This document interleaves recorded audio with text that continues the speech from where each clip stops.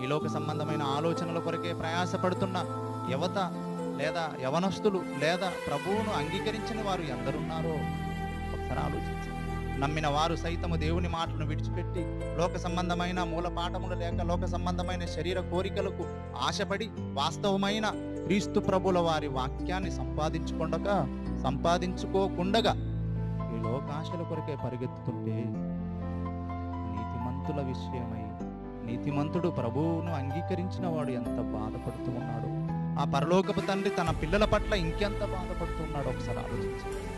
అందుకే లోతు గురించి ఒక మాట రాయడు. ఆ సొదొమ గొమొర్రా పట్టణ ప్రజలు దినదినమునకు చెడిపోతూ జీవిస్తూ ఉంటే ఆ ప్రజల పట్ల తన మనస్సు నొచ్చుకొని బాధపడుతూ తమ కాలాన్ని వెలబుచ్చాడు.